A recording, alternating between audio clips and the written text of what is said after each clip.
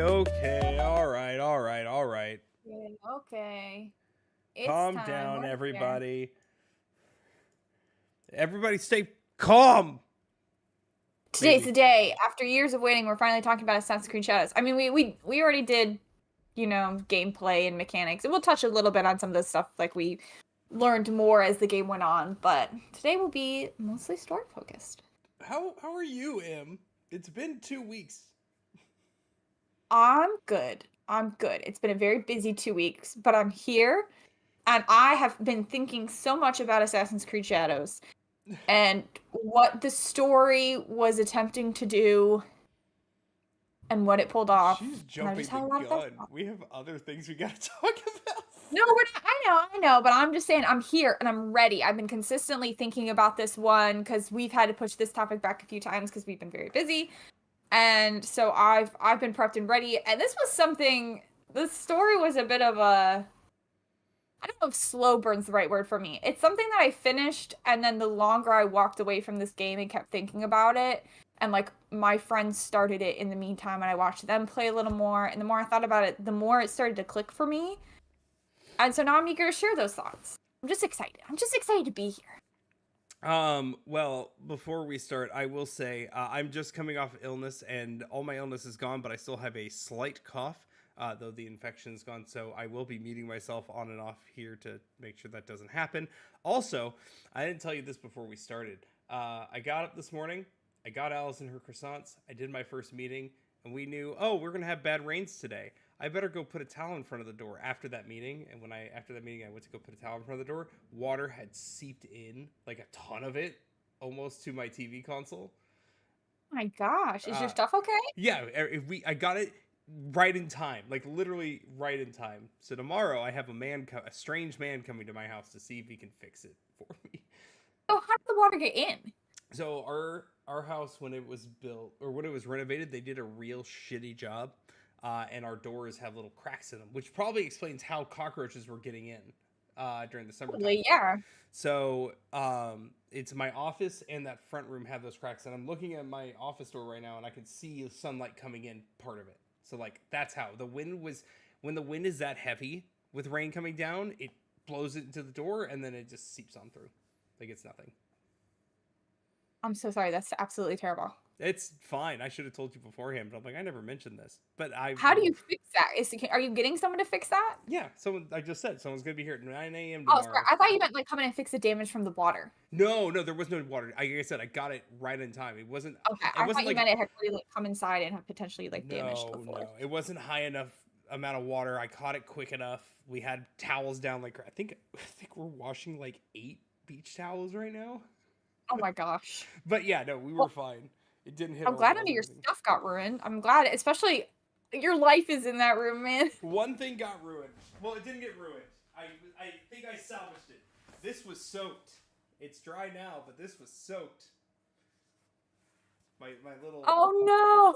This half The is Kingdom still Hearts slightly. run. This half is still slightly wet, but That's okay. Sora's used to water. dancing water at that. He's good. He's got it. So, just so everybody knows, Emily and I talked earlier this week. We're gonna have a meeting on potential episodes. We did this weekly because there's a lot of things happening at the end of the year, and then this year has been a little bit more slow so far. Though that doesn't mean we are gonna completely go off weekly. We just need to actually plan ahead. We figure out our life. Yeah, life is complicated, y'all. So The thing is, like, when we went to weekly, it was, I think, the busiest time of the year for video games and, like, the least busiest time of year for life. And now I think we're kind of seeing the opposite. swap on that, where we're both very busy with life and games aren't that busy. Though, I mean, it still surprises us. I don't think Expedition 33 was really like high on either of Blake's, and I know Blake knew about it, but I don't think it was like super high on either of our radars going into this like It month was or year, whatever. And now Blake's pretty much beaten it. I'm a few hours in and loving it, so I pre-ordered it back when it was announced. I'm like, that looks interesting enough. And then when the reviews were coming out, and I'm like, oh, it's gonna be that kind of game. I'm not gonna say anything. Just I, other than I love this game. I still have we more will to be do. having an episode. Oh my god! But that just means Emily needs to play it. Like Emily needs to get through it. Yeah, So I'm like 5 hours in, maybe, if that. yeah, you. I need updates. I know you didn't play yesterday because you weren't feeling well yesterday, but Oh my gosh. I don't know what unlocked in our world yesterday. Maybe it's because it rained, which like makes pollen and everything worse, and like we finally mm-hmm. have pollen everywhere, but was so stuffed up. My sinuses were so terrible yesterday. I was literally like sneezing like a mad woman. My nose was a faucet. And then I like got out of work, drove straight to the store, like inhaled a bunch of allergy spray sitting in the store parking lot. And then that went away, but then it turned into a cough, and I literally got home and just like got into bed and was like, "Yep, that's the day." That was me today. I mean, and all that rain is now. I just got over being sick, so it's me getting over being sick, and my allergies are now on fire because thank you, rain. I mean, I didn't have the actual sickness part to like make it worse, but like with what I had plus the sickness, that's terrible. I'm so Well, sorry. to be fair, the sinus infection I had last week came from me being in Georgia and all the because that was the worst allergy season Georgia's ever had. There was so much pollen Oof, everywhere, and I didn't get it until I got home. Like I as soon as I got oof. home, I'm like, oh, I don't feel so good. I'm a little glad I was not there for that one. I would not have made it. I got sick. Tess got sick. Chase is completely fine. This is the exact same time of year too. Last year when I went to South Korea and ended up getting a massive sinus infection there from the like Mm-hmm. allergens.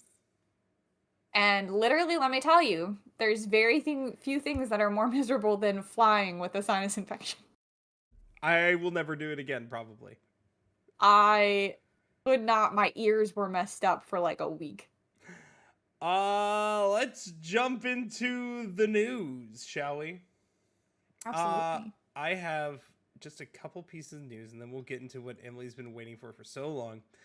First and foremost on our list, Switch 2's built-in storage can only fit 4 AAA games, which the Switch could hold significantly more than that, but that's because they were smaller size.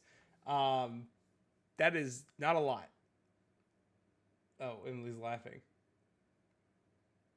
Em, Yeah. are you Yeah, I'm good?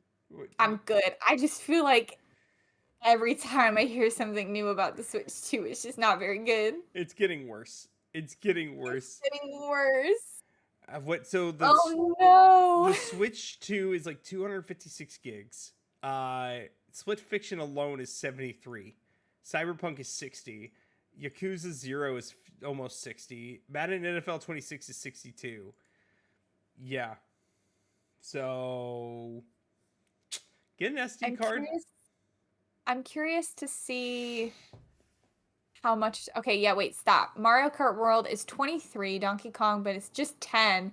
I guess, that's not that bad. For their first party, which is why you get a For Switch their first anyways. party games, it's not bad because you can hold more. Yeah. It's, I guess, like, I don't really use my Switch to play anything but Nintendo games.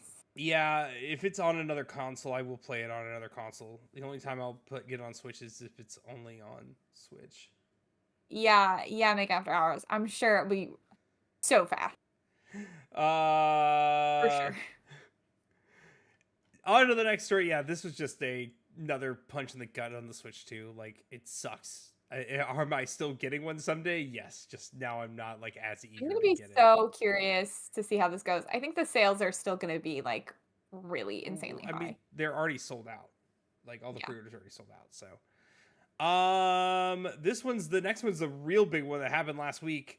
Following the Nintendo game price hikes and everything Oh, else you happening in the don't say world, Microsoft has raised their prices on everything. it. Okay. Huh? Yeah, okay. Yeah, the Xbox Series S, for example, is going from $300 to $380. The Series X base is going from 450 to 550. Well, who's Um, buying Xbox anyway? there's still a handful of people, but I mean, like that's what happens. People, what they saw that Nintendo did, what they did, they saw that people still pre-ordered the shit out of it, and they're like, okay, we can raise prices now because there are now games, first-party Xbox games that are going to be $80 now. They're going to start at 80. Thanks, Nintendo. I'm so Mm-hmm. grateful for what you've done for us in the industry. So grateful. $200 for a controller? Yep. Oh, that's the Elite. Like no, the Elite What makes a controllers. controller elite? They have like 60 extra buttons or something on the back, like Why? programmable Why would buttons. I need that in my life? You don't because you're not a professional COD player. I thought you were just gonna say I'm not a professional. I'm gonna be like, that's hurtful. You're not a professional COD player. And that's the full. I mean, it's $200 for the full edition. If you just get the core, it's 150. It's still not great. It's still bad. What?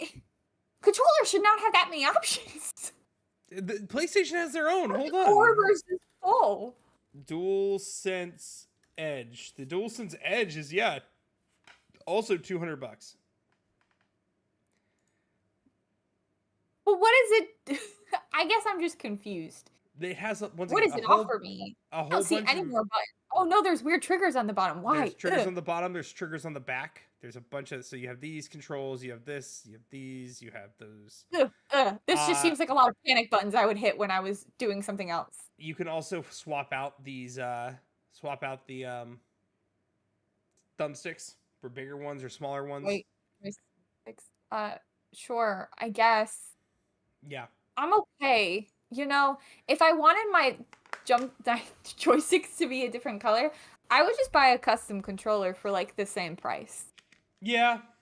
You don't have to. Like this is not worth it. No, I'm not going to. That was never an option. Yeah. Don't. Especially when Does it they're. help in Dreamlight Valley? Yeah, good question, Valdi.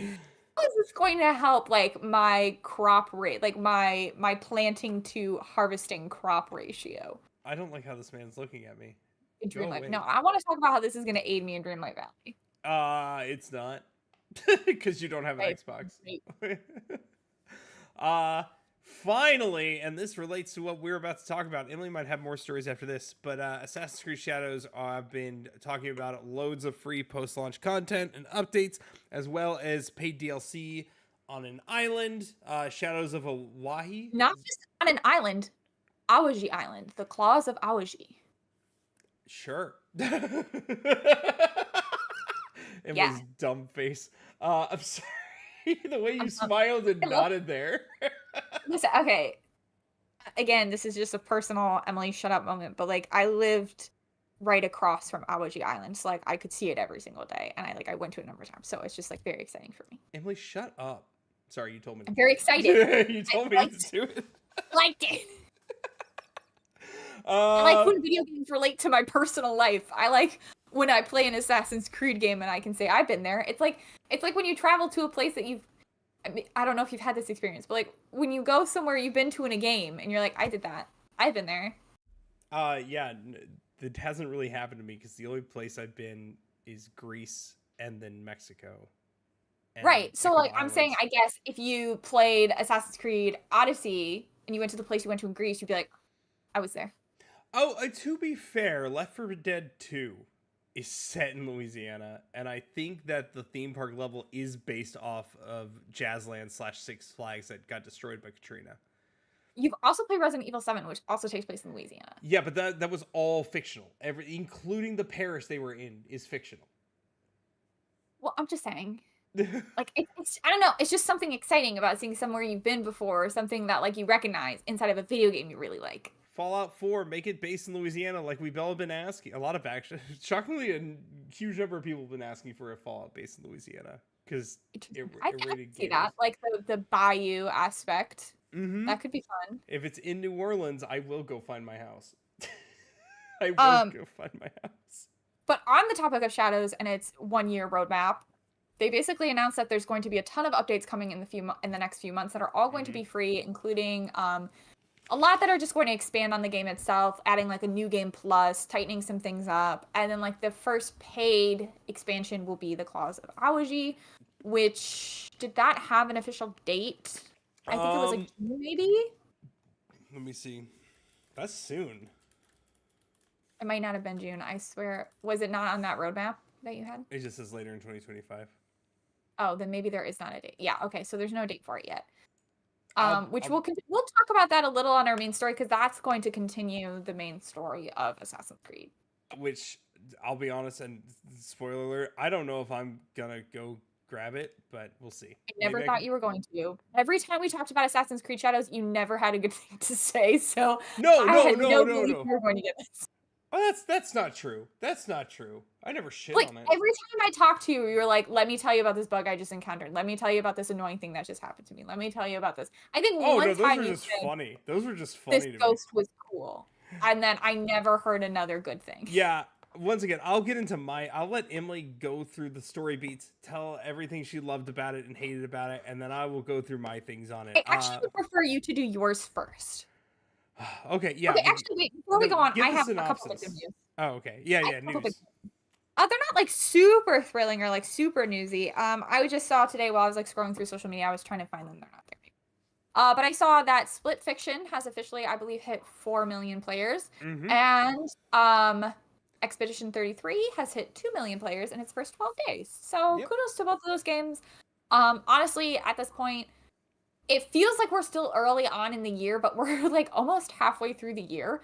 And I have a feeling both of those games I just mentioned are going to be high on the Game of the Year contender list. I I'm not sure if they'll both make it on. Like I said, we got a lot of year left, yeah. but I'm honestly feeling at this point both of them will at least be considered for it. Let's be real. It's a testament that Expedition 33 was made by 30 people who all worked at Ubisoft and said, "There's got to be better than this," and then created the Well, the greatest game first you've guy ever worked at played. I thought it was everybody. Okay, maybe it was, I think he No, it stole was people. they were all developers, but the first guy worked at Ubisoft and was like, I'm bored as shit. Yeah, he's I like, gotta get out. yeah, I don't want to work for the shareholders anymore. Which is so relatable to be like, oh, I hate Ubisoft. I gotta get out. What a vibe. Technically, and I need this to be abundantly clear, that game is an indie. It is an indie game. Yeah. It's like a double A game. Yeah, it doesn't have the budget of a full-fledged game, and it doesn't have the staffing, which that's why it's technically in the indie field, but that excites me. I don't know. It's not, of course, never a bad thing. It is impressive. I am always here for more indie games. I don't think they get enough credit, and I'm not even talking about like ones like Expedition 33 that despite all of that can pull off these photorealistic graphics and all that. I mean even like the 8-bit style 2-hour long indie games on Steam that, especially at the Game Awards, I don't think get any recognition hardly ever, except for maybe 1 or 2 categories that are mostly the same games. With the exception, y'all know I'm a big indie horror game player, so the exceptions to the rule are Celeste, Hollow Knight, Balatro, and Animal yeah, Well. but those are games that I don't want to take away from the fact that they are indie games. They are very much indie games, and they deserve the spotlight that they've gotten over the last few years. Impressed with, the recognition and the fact that Balatro got to get on the Game of the Year list. But they really only get that way when people, when they blow up, I guess, go viral. Like, that doesn't happen to other games. Like, a AAA game, everyone just knows it exists, and they're like, well, it got this score, so we'll throw it in the mix. I think even if an indie game got a really high score, it wouldn't necessarily get put in the list unless it went viral or something, or like everyone started talking about it. True. Now, which doesn't always happen. To be fair, Celeste didn't. I think Balatro was the first to make it to the Game of the Year list of any indie, but I could be wrong. There could be another one. I don't remember. There just needs to be more recognition for those guys because they're put in the work, and I think a lot of people don't know how much good content is in the indie world, and it admittedly is a lot to sift through. It can be very intimidating, but I just think they deserve more of a spotlight on them. Before we dive into thoughts, hold on a second. Okay, sorry. Over sickness. Emily, can you go over what the game is about, the story, yada yada? Heavy spoilers for Assassin's Creed Shadow if you care about that. So. Yeah, if you haven't played the game and you're planning on playing the game, I mean, you're welcome to stay. I'm happy to spoil this game for you. But if you'd rather wait to play it yourself, don't be here. Well, go play the video game, beat it, and then come back and watch it later. Or if you're like, I'm interested at all, I'm never gonna play it. Yeah, feel free to hang out, but there will be heavy spoilers. I will say this before we continue. I did tell Emily when we do review Expedition 33, we probably wouldn't talk about story. I'm changing my mind. We're either going to do one episode of gameplay and one of story, or we're just going to at the end do hardcore like spoiler warning extra long episode, because my god, do I want to talk about this shit. I'm gonna want to talk. So like, I think we should spoil it at some I'm point. so impressed with the internet. There's been no spoilers anywhere online for this game. I haven't been spoiled at all. I know, because everyone understands, like, no, this is an experience. This is something you gotta experience. Okay, that's enough of that. Moving on to AC Shadows. Emily, tell me about the game that I've already played and I know the story of. Assassin's Shadows is the like 100th game in the Assassin's Creed series. Not actually the 100th. I don't know what game it is. I think we're on like 15 or something like that. Which is an insane amount of video games to have in a franchise. Looking at you, Kingdom Hearts. Mm-hmm. And it takes place, I believe. Oh man, what year does it take place? 15 something. It's like 1540s. I was gonna say 15 something.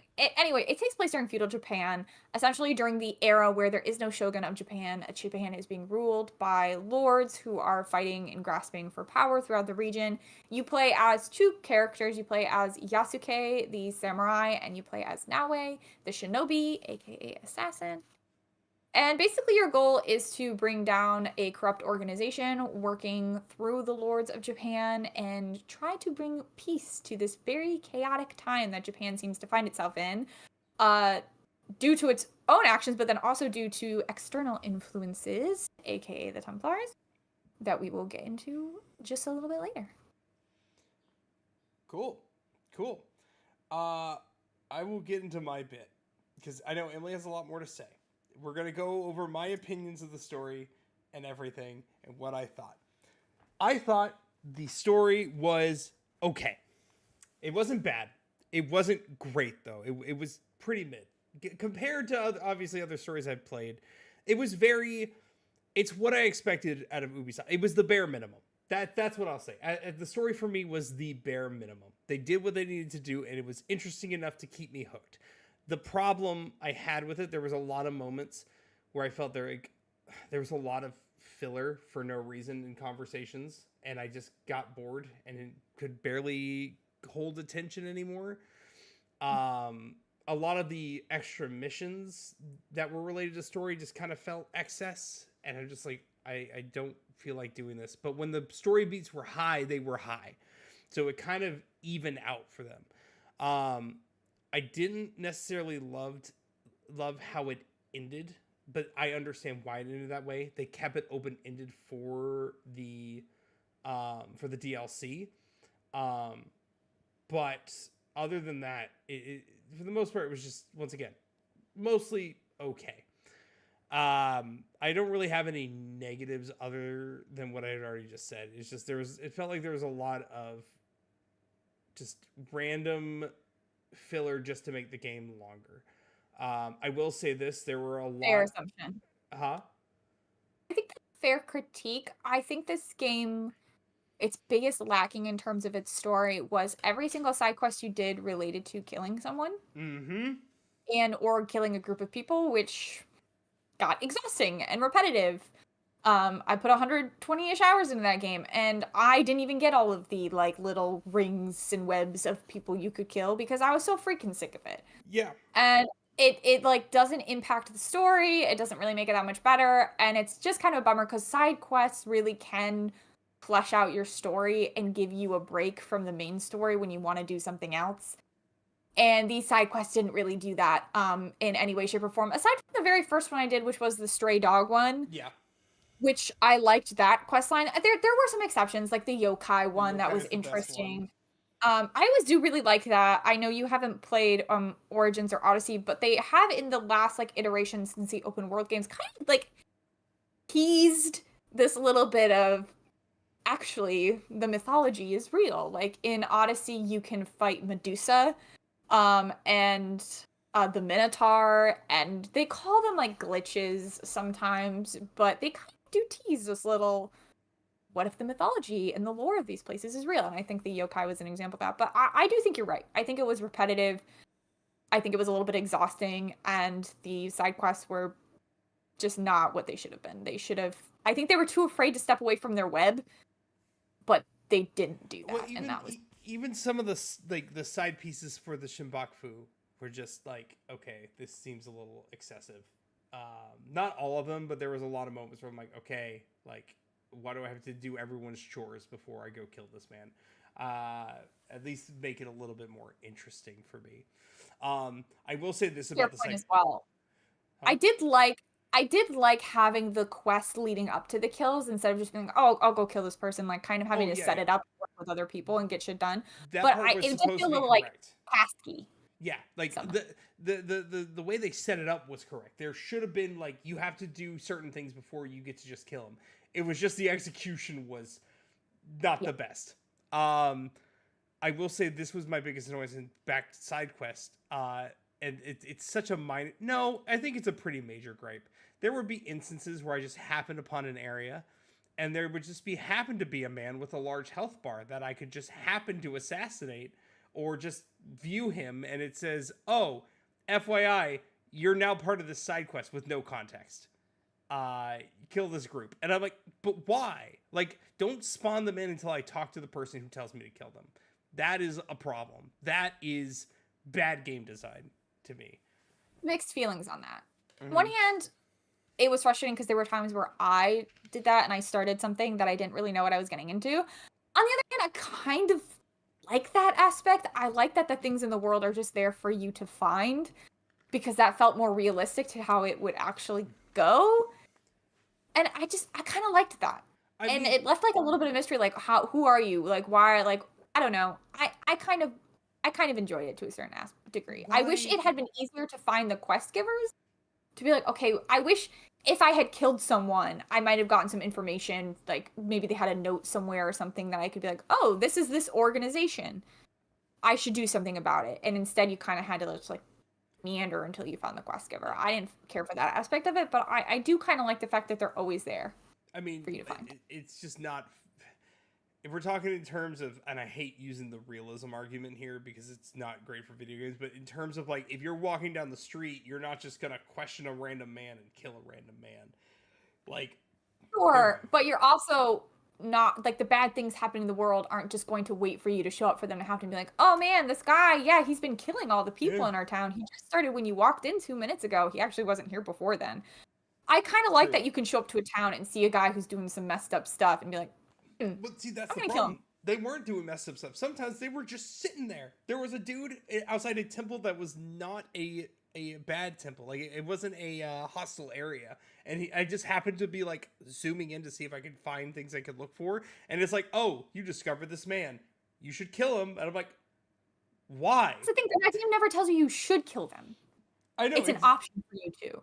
yeah, it You identified can see him him and be like, oh, it's a man, and walk away. and But man like, with a name and a health but bar. then we are like, oh, I did that once where I ran into a woman outside of a temple who was talking to me, and I could have spared her. Like she was someone I was supposed to probably spare, and I was like, why are you talking to me? And then I just killed her for no reason. Oh yeah, I chose to do that. that's another. And That's one of your first side quests with that group of people. Like the way they implemented how you talk, like for that option, you had to actually like you couldn't just walk up and talk to her. It was either assassinate or you had to look at her and then it will say talk.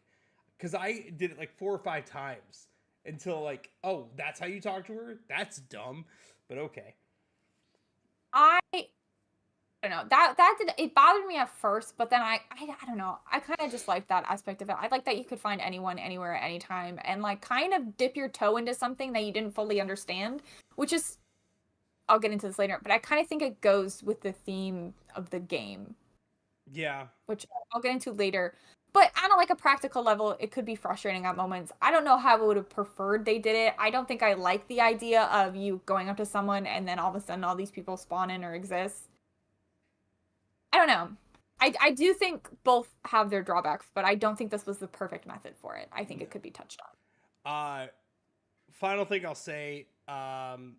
Most of the Shimbakufu, is that right? Why does that sound? Huh? Shimbakufu. Shimbakufu. I was missing a U. Most of them had interesting stories and characters and like motivations. I was cool with that, but some of them they were either interesting, and then like a handful of them were incredibly boring. It's like, okay, you just want power. Like there's nothing else. Oh, you're just manipulating people because you want power. Okay, cool. But then there's the interesting story like Lady Oichi, who is in a ton of debt and actually does want to help her people, but it's like trying to find the best way to pay off her debts. Right? Like that's a real motivation, not just I'm big man and I want power. So yeah, some of I them were feel like great, some of them just again, bland. that does go. So this is going to be part of my big thesis. I do think that goes into the theme of you're finding Japan at a time when it is in chaos, when most people are just going around saying, I want power, I need power, trying to get ahead, trying to survive. There's no shogun. Their government is crippled. Like there pretty much is no government at this point, and it's a dog eat dog world of lords killing each other. And I feel like that's half the stuff you do in this game is a lord saying, well, this lord did this and this lord did this, go kill this person for this reason. And I'll touch on this when I get to like my big overarching speech, but that one kind of made sense to me a little bit. Not everyone was going to have this really intricate, especially because there's like 13 of them, right? Not everyone's going to have this huge intricate, this is why my motive, and they all kind of did in a sense. Like a lot of them, there was the lord who was talking about how he had been raised in this castle with his family, and then their clan got taken over, so they got removed from the castle, and he was trying to get back into it. For the most part, I think all of them either had some kind of motive or were related to someone somehow. I can't really think of anyone who just was kind of like, but I also think that narrative fit with what the story was doing. Yeah. And with the time period in Japan. They did hint that I mean Nobunaga was a shogun, of course he died. That caused there to be no shogun. No, he was not the shogun. He overthrew the previous shogun, so I assume that just made him the shogun. Lord Nobunaga was still lord. He was just the lord with the most land and power. Okay. Which is why the other lords were trying to overthrow him. Yeah, Yoshiaki was the previous shogun, which they did say that was who he was. The leader of the Shimbakufu. Yes. Which that part threw me off. When you said there was no shogun, I'm like, I thought there was. Oh, right, he was previous shogun. I just had to double check myself. But yeah, that makes sense. So, okay, that's my rant. This is more of Emily's episode. This is more of her franchise. This is one of her favorite game franchises of all time. Every time a game comes out, she gets excited, except for Valhalla. So, sorry, I can't get in that one. I'm gonna try at one point. A white man? No. Big After Hours, such a good point. That the Animus, I think, allows for a little bit of leniency on kind of that stuff. They can get away with it, because they have that excuse. That's a good point. On terms of like the talking about Valhalla, Blake, what actually is so interesting to me about this one is back when Valhalla came out and I was like not interested in it at all. There were a couple of people on like social media who were kind of beefing with me about, when I was like, well, because at this time we didn't know Shadows was going to be a thing. And I was like, well, they still haven't gone to like Japan or Korea. And like, we know there's a brotherhood in Japan. They've mentioned the Japanese brotherhood before. And someone responded and was like, that doesn't make any sense. How would they even get that in Japan? Like, this is a European organization. The Templars are European. How would that even start? And I think this game did exactly what it needed to do in that sense, which is answer that question. How does this organization branch out? And they answered it kind of perfectly through the Jesuits, through trade, and through... Yeah, what's up? Yeah, I forgot. I had one more thing to mention. At the end, my favorite part was the Yasuke fighting the Templars was the coolest fucking part of the game. Okay, that's it. It was the best part of the game, and that was where I'm like, oh, I'm fully invested now. This is awesome. Fuck the assassins. I'm gonna go kill these Templars. All right, I'm done. So they get there through trade, they get there through the Jesuits, and they get there through the Templars' ultimate is grasping at power. Yes. And this is where we get to kind of what I think was really good about this. I'll say overall, I felt very similar as you did. I didn't think the story blew me out of the water. I didn't dislike it, and there were a lot of times I was really into the story, but there were also a lot of times I was kind of just going through the motions. I don't think it was the best Assassin's Creed story, but I think it tried to do something really interesting, or it set up a really interesting thesis and or moral, which doesn't always equate to interesting gameplay, but I really liked it. How it's set up. The game kind of asks you to define your moral code in a way with I mentioned and touched on this before. You can choose to either kill people or you can choose to spare them often. And it's not really anything Assassin's Creed has ever done before. Most of the time it's, oh, you are an assassin, therefore you are a good guy. You are Templar, or you work for the Templars, or you are engaged in something the Templars are doing. You are a bad guy, and therefore you die. And it's very black and white. You're either Templar or you're assassin, and you're aligned with one or the other. And this one was kind of a story about how people were mixed up in a lot of things they didn't really understand, mostly because of the time period Japan was in, but also because of these external influences that they didn't really fully grasp. Like, even by the time you get to killing the head of the Shinbakufu, who's the previous shogun, you know that he's not the one behind this. The Templars are behind it, but he doesn't even fully grasp what the Templars are doing. Killing him? I spared him. I spared him. Like, that's my point, is like, I didn't kill him because I didn't need to kill him, because he wasn't this driving force. And when you talk to a lot of the other Shinbakufu, even the ones you do kill, they mention, they don't fully understand what's going on. They didn't really fully understand what they were being brought into. They were offered money. They were offered power. Lady Uichi's case, they were offered food for their village. Things like that. And you saw that on the assassin side as well. I mean, like, Naoi's mother, we learn, was the original assassin. She was trained by a Spanish assassin who was exiled from his own brotherhood for a mistake that he made. And so he left Europe and went to Japan, and he found this young Japanese girl who was on her own, and he trained her up to be an assassin, which is Naoi's mother. Naoi's mother recruits 3 others into the assassin brotherhood, potentially more we don't really see, which is Naoi's father, Hanzuri Hatu, something like that. It's Hanzuri. I don't remember his first name. And then the head of Iga. And so you have these little bits of the Templars and these little bits of the assassins in this land, and not a lot of them, which in the beginning of the game, I was like, oh, when are we going to see the assassins and the Templars? And that we were so held back from them because it made sense. Like, these are very fledgling organizations in this country at this time. And the people here don't really get what they're doing here. They don't really fully see them yet. Even, like, you can find letters left by assassins who had been killed or who had left. And they kind of mention, why are we here? Why are we fighting this fight? Why are we dying for this? Like, this is not our problem. This is not our home. This is not our people. Like, why are we doing this? And you can kind of get that feeling from a lot of people in the Shibakufu as well, who are kind of like, I don't really know why I'm doing this. This isn't really my fight, but, like, I was told this would help me with what I needed help with. So, and Naoe and Yasuke and Jinjiro get brought into that as well. Naoe kills Jinjiro's father because he's part of the Shinbakufu. Yasuke kills Naoe's, people from Iga. He burns Iga down to the ground because he gets swept in it. I think the kind of thesis here is people getting swept up in things that they're not fully understanding or grasping, and looking at the individual and their actions and not what organization are they a part of? How do they label themselves? It would have been really easy for Naoe to kill Yasuke, but she didn't. And it would have been really easy for Jinjiro to hate Naoe. Or for Naoe to hate Jinjiro because his father killed her father. There's a lot of moving parts. And this time period, in this story. They did show that those characters initially did hate those people. Naoe, for like 10 seconds, hated Yasuke, and then Jinjiro, for the first portion of the game, you don't know it until later, but hated Naoe. Yes. And that, like, helps my point, is, like, the first instinct is to be like, oh, this person was part of this, or this person did this, I hate them, or, like, I want to, like, get my revenge. But then the more they, like, understand and the more they learn, they see the same thing I saw with this game, which is that they're people being swept up or being brought into something. They're not responsible for all of this. They're responsible for their own, like, Jinjiro forgave Naoe. Naoe learned to forgive Yasuke because she could not place Lord Nobunaga's actions on Yasuke.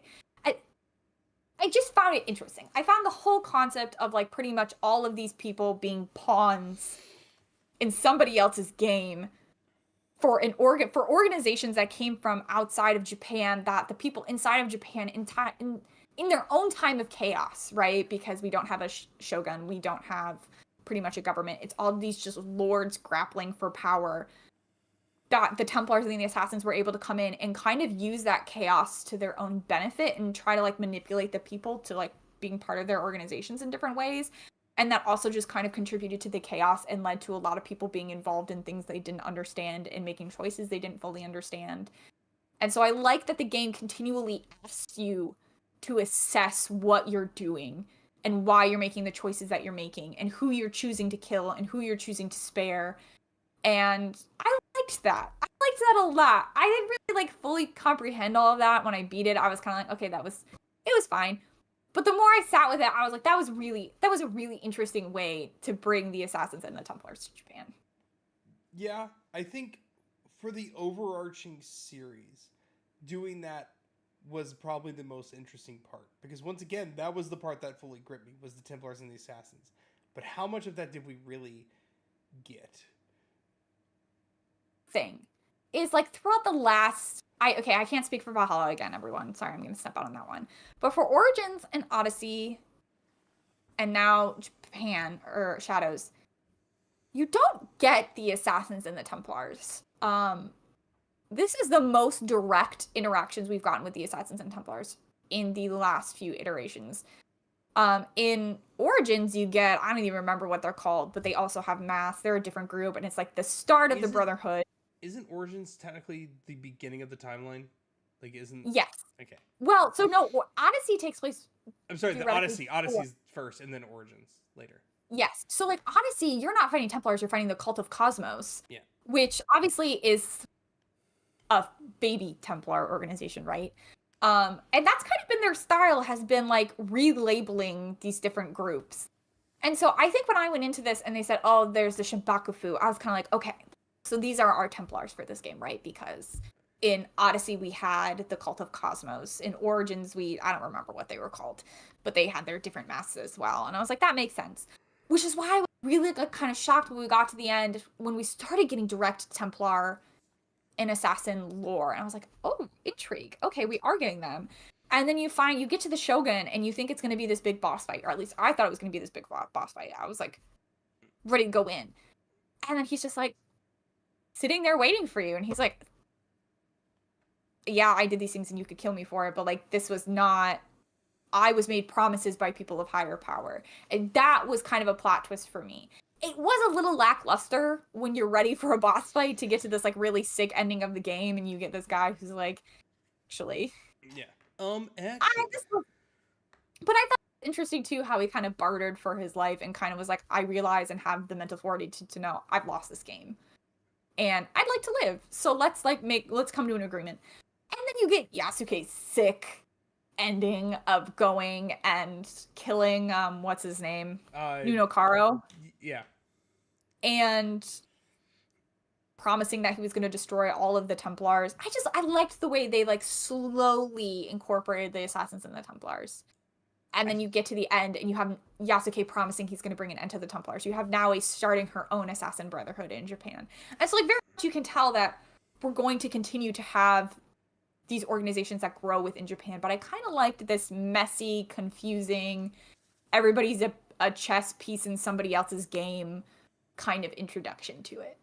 So the thing that will make me get the DLC is Emily playing it and saying, yeah, they go way deeper to the Assassin Templar thing. That's the thing that will get me in. I will say this, out of the two endings, Naoe's was the most anticlimactic. I mean, it was impactful, I guess, but it was kind of just eh. It was eh. And I was like bummed because, so for those of you who haven't played the game or haven't beaten it yet, who might want to care to know. More spoilers. You go to kill the head of the Shinbakufu, which is the organization you've been hunting down the whole game, and he's pretty much given up. He's like, you've killed all my people. I have nothing left. So I'm going to barter what I can to save my own life and save my own skin. And so he promises Naoe information on her mother. He promises Yasuke his revenge. And essentially he gets spared. And so then you have to finish Yasuke and Naoe's stories, which you've been actively... They're side stories, essentially, that you've been working on through the game. Naoe has been learning more about her mother and the Assassin's Creed Brotherhood and how that started in Japan. While Yasuke has been tracking the beginnings of the Templars in Japan, unknowingly, really. He wasn't specifically looking for the Templars. He was looking for this person who killed his mother, which led him to discover the Templar organization. And so Yasuke, You finally hunt down this guy who's been hunting down the whole time. You get this really cool action sequence of chasing this person through the castle, climbing up the Tenshu, fighting all the people along the way. You get this really cinematic, cutscene. The music's really good. There was a storm in my game. It was just really epic. It was really exciting. I think the storm was a set piece. I think it was because it was Yeah. moving as well. It was awesome. Like, let's just be real. It was really cool. And Yasuke gives this really long speech before he kills the guy about how he's going to hunt down all the Templars and he's going to destroy them and no one will ever feel the Templar influence in Japan, blah, blah, blah, blah, blah. And then he kills the guy. And it was so good. And then you do Naoe's. And she kind of gets the lore aspect of it. She's, like, sent to an assassin, like... hideout. Shrine, Kofun, whatever, to get the jewel, which is like the whole game they're fighting over the jewels of Japan, which I had to look up what they were, because I thought they were going to be pieces of Eden, which I still hope they turn out to be. They might not, which I'll be a little bummed for. But basically the Templars and the Assassins were all hunting down these jewels of Japan the whole time, and so she goes and she goes to the coffin and she puts the box down with the jewel inside of it, and then she hears from her family friend about her mother and her dad. And that's it. You can fight him if you want. You don't have to. He, like, you shouldn't. Is your ally in the end no matter what, so I didn't. I was like, well, no point in fighting right now. Like, he's just gonna end up on my side anyway. I can't kill him. Yeah. And then it's roll credits, which was really lackluster for me when I had just done this really sick Yasuke battle, and then I get to Naoe, and it's like, did you want some exposition? So it was a bit of a bummer, but there is an after credit cutscene. You go back, you establish the Brotherhood, and you get a note from Hattori Hanzo. That's his name, Hattori Hanzo. Yeah. Is basically he's giving you the assassin robes. He's making you an assassin officially, and he tells you that there's more information about your mother. So essentially, it's open-ended for you to be able to go and figure out where Naoe's mother is and continue setting up the Brotherhood. You do get a cute cutscene with Yasuke, Jinjiro, and Naoe all looking out over Japan, looking toward Awaji, which was a hint at our DLC. Mm-hmm. And kind of just talking about how they're, most of their loose ends have been wrapped up, but now they're starting on these new adventures. And so in the end, I did feel satisfied with the story, with getting Naoe becoming an official assassin, she's going to learn more about her mom, and just kind of that wrapping it up moment between our three main characters looking out at the sunset of Japan. It was a bit lackluster. I think that comes from, unfortunately, what they were doing with the moral grayness of it all, which I really liked, but I think when you transition that into actual gameplay, it makes for some lackluster moments. And for me personally, playing through this story, I think my biggest gripe with the story for me is that because everyone's such a morally gray character, I never really felt vindicated or excited about people I was killing. Mm-hmm. A lot of times you would get a quest from, like a lord who's like, that guy tried to kill me and my whole family, so you should go kill him. And I'd be like, okay, shit, yeah, I'll go kill that guy. He sounds terrible.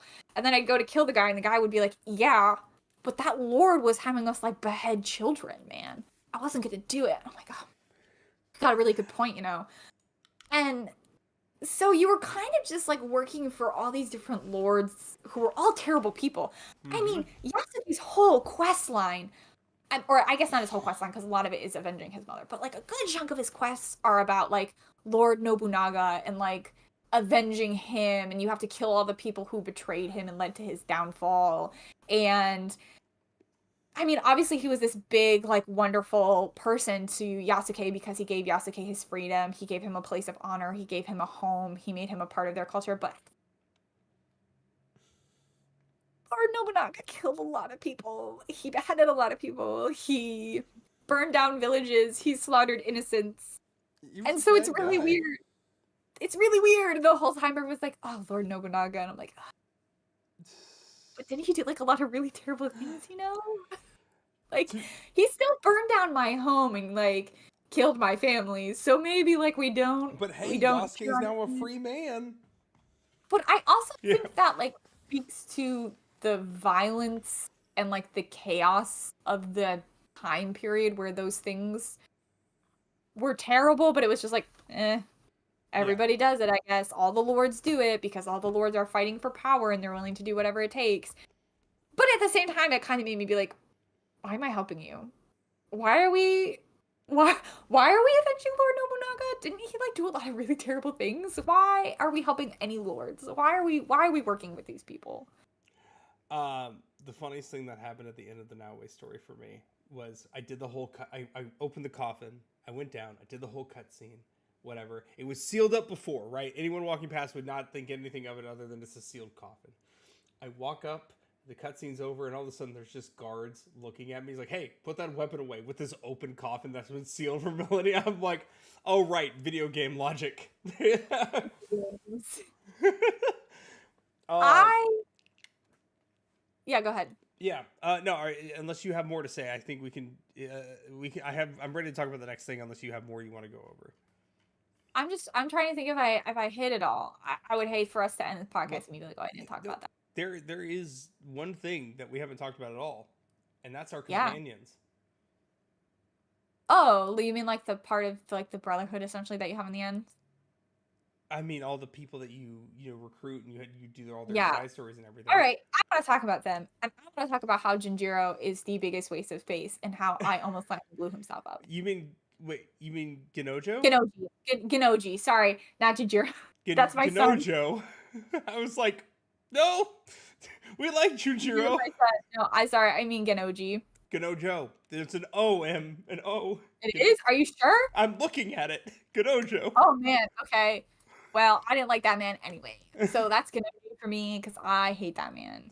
I mean, best companions by far. We love Yaya. Not much to Yaya, but I love Yaya. Yeah, I thought you were about to say he was the best companion by far, and I was like, I don't know you. No, Yaya's wonderful. Ketsuhime is that is wife to Naoe. No questions asked. Yes. Only right answer. No, I did romance the God, I can't even remember his name, but the dude who was trapped in the castle, and then you save him and you help him kill a bunch of people, and then he makes you a nice little hairpin. That's not Yagoro, is it? I think so. I don't know what his name is. He's the one who made his own blade, or no? Oh, maybe? It's the guy who does the woodworking, and you have to like go get his woodworking stuff so he can have a new hobby. Is that Yagoro? No. It has to be. I think that is him. Yeah, I think it's Yagoro. Yagoro is the one who made his own assassin blade. Huh? Koshiro. Oh, I was wrong. Okay. Oh no, you're talking about the guy you make an assassin who's like, I really want to be an assassin. You're like, all right, man. Cool. Join up. No, he was cool. I liked him. I feel like they could have done more with him, but I did like him a lot. And then I don't know how popular of an opinion this is. I loved Oni Ryu, the poison pirate. Poison pirate. The little girl up north. Yeah, she was a girl up north. Yeah, the little girl. I thought you were talking about a man. Yeah, she was awesome. I needed to kill all the do the pirate quest line and kill all those still, but no, she was like, that whole thing was interesting. She was very funny. She's a little trickster, and I'm like, yep, this is the best. I like her. She's wonderful. I don't know. I really, aside from Genoji, liked all the companions. You keep saying his name wrong. That's how much you hate him. Yeah, I mentally chose in that moment to say his name wrong. Literally, for you guys who haven't played the game, you meet Genojo, whatever. I'm still calling him Genoji because I hate that man. And he's like, oh, you need this map? And I'm like, yeah, I really need it. He's like, well, it's mine, even though he can't read.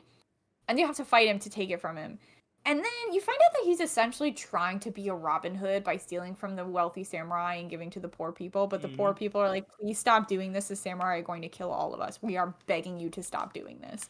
And he's like, actually, you're all ungrateful. And I'm incredibly drunk. And every time Naoe interacts with him, he's like, should we bone now? Yeah. And I'm like, I really would rather we didn't. You smell like pee. And he's like, the mom said that too when I boned her, but she took it just fine. Come on, Naoe. And I'm like, leave me. Like, every time I had to interact with that man, I felt so offended on behalf of Naoe. And so, like, you are a dirty little snob. Stop talking to me. Every time he spoke to Naoe, he was like, so sex?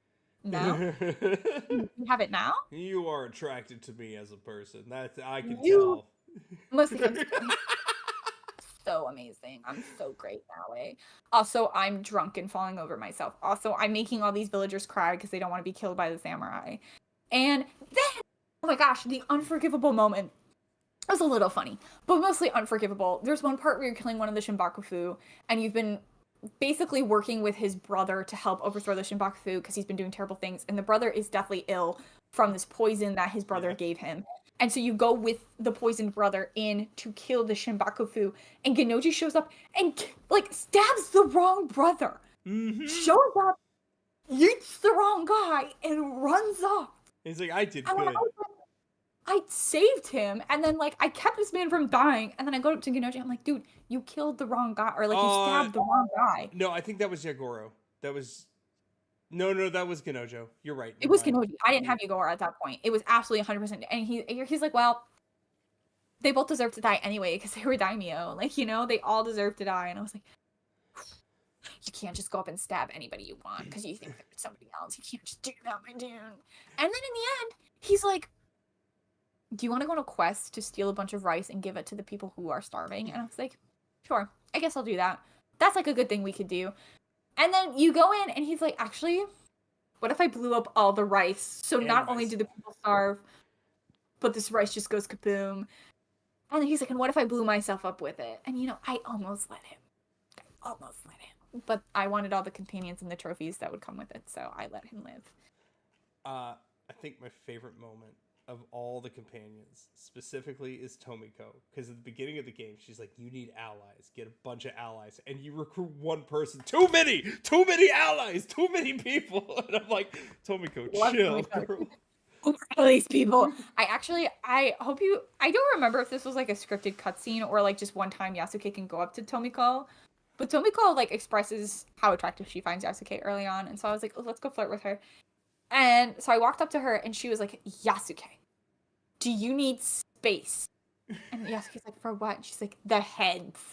It's like, what heads, Tomiko? And she's like, you're a samurai. You cut off people's heads, don't you? Do you need a space to display them? He's like, that's messed up, Tomiko. I don't need a space to display my heads. And she's like, I was just trying to be helpful. She just wanted to I don't know your game, man. Listen, I respect her game. I respect her effort. She had way more game than Genojo. I love Tomiko. I love Jinjiro. I loved Yaya. I love Kitsukime. Pretty much every character that you could interact with, I really did on like some kind of meaningful level. I really did like Lady Oichi, Lady Nene. Except for Lady Nene's weird head thing. Poor Lady Nene. I saw her originally. If you guys haven't seen Lady Nene, you should go look up a photo of her. I actually thought her eyebrows were like something clipping through her forehead, like her hair clipping maybe incorrectly. I actually just thought it was like a bug of some kind, and I was like, oh man, Ubisoft, why'd you do this? And then I looked her up, and her real eyebrows just looked like that, because apparently in that time period of Japan, it was very common to shave your eyebrows and then draw them up higher as like a status symbol. Poor Lady Nene, she was horrible. Lady Oichi, though, that's my girl. Lady Oichi's my girl. No, I'm sorry. I have to. So I was with you on Lady Oichi. For reference, Lady Oichi is Lord Nobunaga's sister. So is Lady Nene. Lady Nene's a sister too? They were both sisters. Were they really? Yeah. They were all related. Anyway, she and Yasuke kind of have a romance. They can have a romance, but they get along very well. Even in the flashback, she's very good to him. He's very good to her. And you can have like a whirlwind one-night romance with her. And I thought that was very sweet and fun until I got to later in the game and I met my wife, Rin. And then there's like a 5 quest, maybe not 5, maybe like 3 story quest line that you can do with Rin. And then in the end, she becomes like your wife. Lady Oichi, she's only around for one night. Lady Rin, you like hold each other on a bridge in the moonlight and you're like, we're gonna be together forever. She's like, I love you so much, Yasuke, we're gonna be together forever. I'm gonna go home and cook you dinner. Mwah, bye. And then she goes back to our cabin to cook me dinner. I never found her. And therefore, yep, nothing at all. Go back into the game for 5 minutes just to do Rin's storyline. She's so cute. She's so cute and wholesome. She's like, I want to be strong and tough. I want to learn how to fight. I want to kill people. can you help me with that, Yasuke? And he's like, I guess, man. And so like every like chapter or like quest is you teaching her something. And she's like, you're so good at all of this. And she's just so wholesome and cute. She's like, this makes me so happy. And then and she's like, I just really love you, Yasuke. And then she goes home to make you dinner. I still prefer Naoe's girl. Good old Katsuhime. Katsuhime. Uh, Though like they sure. were there was no like it wasn't a slow burn. It was a yeah, they as soon as you did the romance option, they're like, okay, well we're doing this thing right on I this actually rock. did not romance her. But I did it because at that point in the game I had already romance what's his name as Naoi because I really liked him. I made that choice ahead of time. Ibuki. No, that's Yasuke. Oh. My Koshi, whatever his name is, Koshiro. Because I loved him. I didn't realize he was also somebody who leaves, like Lady Oichi. But if you romance somebody else and then you romance Kitsuhime, eventually she will find out you romance somebody else at the beginning of the game, and she will leave you and the hideout and quit the group. So, yep. So I will not be doing that. I, at that point, was like, oh, I'm not gonna romance her because she'll just leave me and she'll leave the group, and I wanted her in the group, so. Oh yeah, whenever you do the romance scene, it is like not even 5 seconds. They're like, okay, we're gonna make out and we're gonna imply that we have sex on this rock over this water. You should get further into Assassin's Creed Odyssey because you will see this, like, I would love to see Ubisoft evolve this romance system into something more akin to Mass Effect, which I feel like this was their first baby step into trying to do that, and it went so terribly and poorly. From not explaining how the system worked in any way, shape, or form, to being like, oh, you flirted with a different character 20 hours ago before you even met this person? You've cheated. Mm-hmm. And like 2 of the characters you can only have one night stands with, which they don't tell you. And then 2 of the other characters are romance options for like actual relationships, which they also don't tell you. And if you romance anyone at any other point in the game, you're cheating, which they also don't tell you. But so it was a really bad first attempt. I think they need to fix it a lot. But going back to like Odyssey, the way Odyssey worked was they were like, bang everyone. Yeah, and you just sleep with all, and you never see any of them again. Except for like this one person who like I had a Hunger Games type situation with, where like we were in a fight to the death and we chose to spare each other and live happily ever after. And that happily ever after version was, do you want to work on my ship? And they're like, yeah, I guess I will. And so I got to see them doing free labor on my ship every single day. But that was pretty much the extent of it. The one man I was in love with, Brazidas, throughout that whole game, they never let me romance him. I'll never forget the game for that. So I played 2 years ago and I didn't get very far, so I'm probably gonna start over. But I remember streaming it and I it gave me the option to be sweet on this one girl. I'm like, Emily, I'm gonna bang this woman in this game. Everybody.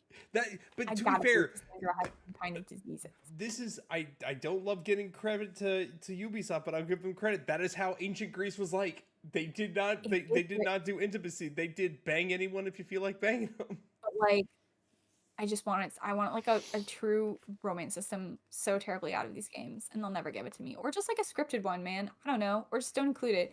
I think this was kind of half-assed. Actually, it wasn't kind of it was like severely half-assed. It was. And it needed to be better. Or just like more clear. More clear about if I flirt with one person one time, I've essentially committed to being in a relationship with them, despite never doing so. And it's even if that character is not able to be in a relationship. I've made my choice. Persona does the best at explaining it. They warn you, like, are you sure you want to say this? If you do, you're committed to this person. Like, even like Mass Effect has like a more clear system of the characters will at least look at you and be like, so are we in a committed relationship? And you can be like, yes or no. Or like, or we're just having fun. Like, very clear. This one was just like, we're actually not going to tell you anything. Just Godspeed and good luck, man. Good luck. So, I don't know. So, that is essentially our thoughts on AC Shadow's story. Unless you had another thing. I liked it overall. I liked what it was trying to do a lot. I liked the lore that it added. I wish it had...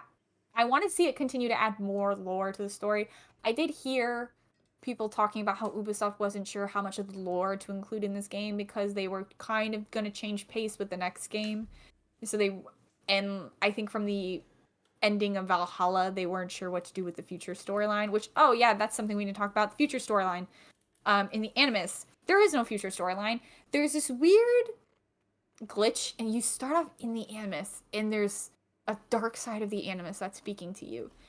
There's like two things in the Animus battling it out, and like, I don't know if you did this, but after you beat the game, there's like some follow-up stuff you can do with that. And that, for me, parts-of those were very cool because the Animus will break the fourth wall, and I love when games break the fourth wall, where it will say like, "Come find me here." And so you have to, like, there will literally be a quest marker and it says, "Hello," like, whatever, like, "Come find me here, let's talk." And then you have to, like, do this quest, and it will give you more information about the assassins. That's how you learn about the starter assassin, who essentially got kicked out of his brotherhood in Spain and came to Japan. And you basically get a lot of backstory and context through that. So that was fun. Bummer that there was no future world. I think this game, unfortunately, just kind of falls into a weird transitional period for Ubisoft, where they're transitioning from the old set of games to something completely different. I think maybe they're done with Layla, and so I think, unfortunately, this game just kind of took the hit for that. But I would like to see the future storyline returned for Switch's next. Overall, I liked it. I would still probably rate it story-wise below Odyssey and Syndicate and 2. Yeah, I mean, it's two, at least for me, 2 is the bar. Gameplay for Assassin's Creed 4 is the bar. Though I did love the game. 2 cannot be the bar for gameplay. It's No, so it's bad. bad. Makes me want to smash my... There's every now and again where I'm like, I should go replay Assassin's Creed 2. That was a really good one. And then I start it, and I'm like, why would you do this? Why would you make the controls work this way? The story's good. I want to harp back. I was just gonna say the story's good. Syndicate and Odyssey also have really good stories for me. It's probably on par with Origins for me for story. I have to replay Origins to do the story, but it's a pretty good story. It's just not in my top like 3 or so. I want to harp back on something you said at the beginning of this podcast when you were arguing with people on the internet in 2020 about no Japan game being created, and them saying that but this is a European thing. I just want to remind everybody that the first Assassin's Creed was set in the Holy Land, which is technically West Asia, and Assassin's Creed Odyssey is set in Egypt, which is technically Africa. So Origins, but yes, sorry, Origins. That was a point I made. That was a point I made in this fight, actually. And if I remember correctly, the person had said Egypt made sense because it had Alexandria, which was a huge trading port with Greece and with the rest of Europe. And that the Middle East, the Holy Land, made sense because it was part of the Crusades. I mean, yeah. Whereas Japan, but then also, guys, remember what's Europe really good at doing? Pillaging. Dang. So, like, kind of, though, hasn't Europe been everywhere? And doesn't it go everywhere and everything? And I think, again, that was something Shadows did really well, was explaining that Europe and the Templars made it into Japan through missionary work and through trade and through power struggles. Like, that makes perfect sense. And slavery in this one. Slavery. Yes. So... It all made also, just want to say, I do think Yasuke's story was the most powerful story in the game. Mm-hmm. The beginning sets it up perfectly with him being the protector of the Jesuits and talking about how like hard that was for him, and then being like, oh, he's so stupid, he can't even speak Japanese, and like, blah, blah, blah. And then he actually ends up getting taken on by Lord Nobunaga because he like, could speak pure Japanese. Yeah, I was like, I love him so much. As for gameplay, Naoe is more fun to play as than Naoe is more fun to play as. Unfortunately, Yasuke, he's a powerhouse, but man, he's slow. He can't jump over a 5-inch wall, a waist-high wall.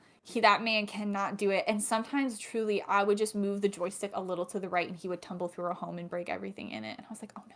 Yeah. Though I will say, it was a nice touch what they did with the Leap of Faith for him. The Leap of Faith was a nice touch for him. That was very funny. For those of you who haven't played, he could not successfully perform a leap of faith. He would either like completely destroy the hay bale so it could not be used, or he would fall out of it, or he always made some kind of comment about like, I hope Naui doesn't find out about that, or like, there's too many hay bales around here anyway, or like that He hurt my talked about his back. back a lot, yeah. Yeah, it was really funny. I liked little touches like that throughout the world. Um, yeah, I think there were some really nice little touches here and there. I liked the seasons. I liked that the lakes froze in the winter, so that if you were going to do a leap of faith into one, sometimes you just break your neck and die.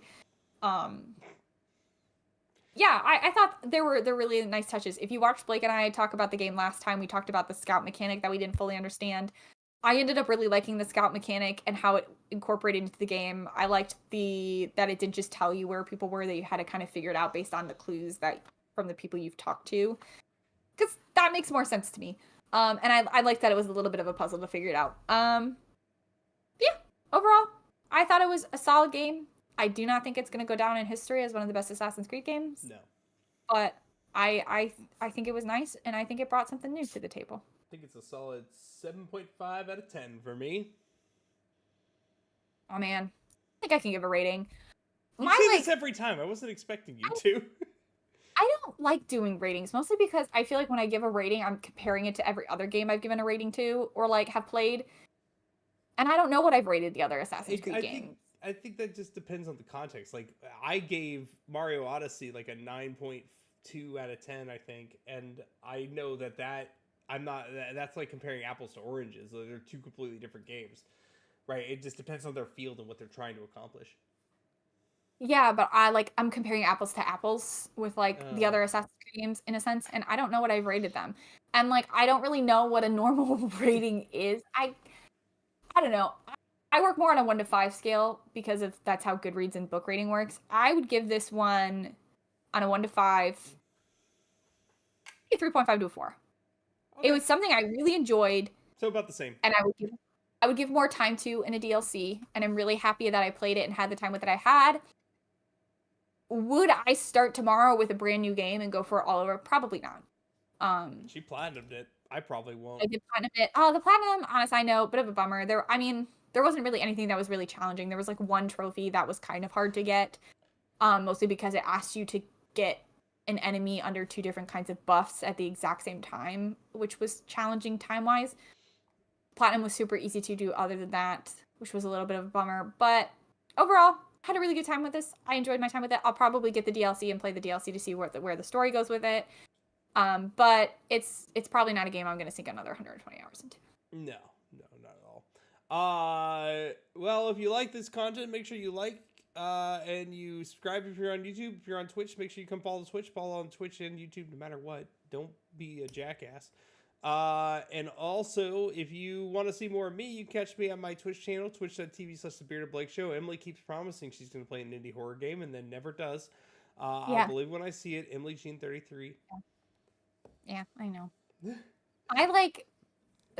I go to stream, and like there's even days where I almost streamed Dream of Valley one day, and then I'm just like, I'm really tired. I don't want people to have to look at me. I don't want people to look at me. I don't want to have to sit in front of a camera for a few hours. And that's been like a real barrier to me streaming. Well, Emily right now is watching me play Raincode, which I'm glad I stopped where I did, because I can't say anything. I think it's gonna make it better for you. I hope so. Those characters were it's real cringe. It was insufferable. Blake played like 2 hours of it, and I was like, actually, I need to go to bed because I hate this. I hate everything about it. So I'm excited to see that Blake and I are also both playing Expedition 33, so we're going to be doing a podcast episode on that soon. So make sure not to miss that. We're going to get together too soon and plan out our episode list. So we'll get back to you with what content you can expect coming in the next few months. I think Expedition 33 is our last review for a while. Tales of the Shire is coming out, and I still do plan on getting that. I will not be getting that because it is not my game. I want a cozy game. I want to do it. So that will be coming soon at some point. I don't know. I feel like there's another game I'm forgetting about, but just keep your eye out. We'll be around. Ghost of Yote is not till October. Oh, there is one. It just got pushed back also to October, so we're gonna have to wait for that. Last Soul Aside, which is another JRPG that's getting released. Well, that's okay. We can only have one JRPG every 6 months. Okay. Yeah, hopefully we'll see you guys next week. If Emily finishes Claire Obscura, I don't think she will. I'll do my very best. Yeah, it is only a 30-hour game, but like do your thing. We can wait a whole nother week. I want you to actually like enjoy the game and fully experience it. I need to finish. I'm still not done with it. I'm close. But I'm in act 3 out of 3 right now. I'm in the final act. Well, we'll catch up on it, but this has been a very great podcast. We have enjoyed having you, and we're going to sign off for the night. Okay. Remember, kids, that if somebody asks you to get in their van for a Twix bar, you say no. I prefer Milky Way.